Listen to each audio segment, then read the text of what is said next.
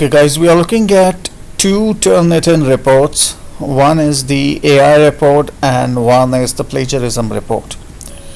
So this is our paper. It's 36 pages.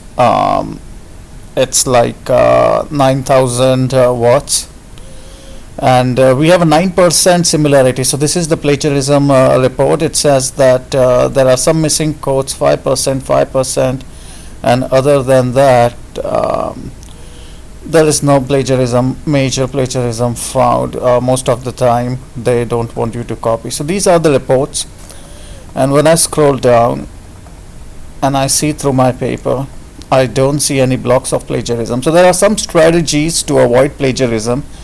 One is to make more charts. You can use generative AI to make these charts, but you cannot use generative AI to write something. So generative AI for making charts and making code is more acceptable when making charts, making graphics, making 3D figures, making animation, making artwork. So when you use that for your paper, it's a much better way. Now when I scroll down, I do not see any big blocks of plagiarism. I do not see any big blocks of code being copied. Whenever I make tables, that's one of the best ways to avoid any plagiarism or any AI detection.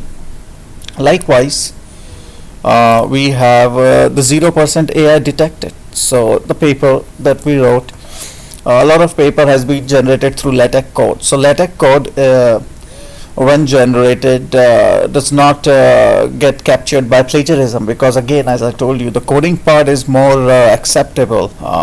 Google, Microsoft, all the banks, 80% of the code is being written by AI. So the code to make charts, the code to make graphics, the code to make art and depict these literature review in an artistic way is completely acceptable. You are not allowed to write anything, and you are not allowed to use Gen AI to write for you, but you are well in your limits to use Gen AI to make charts, to make figures, to make architecture diagrams of pre-existing literature.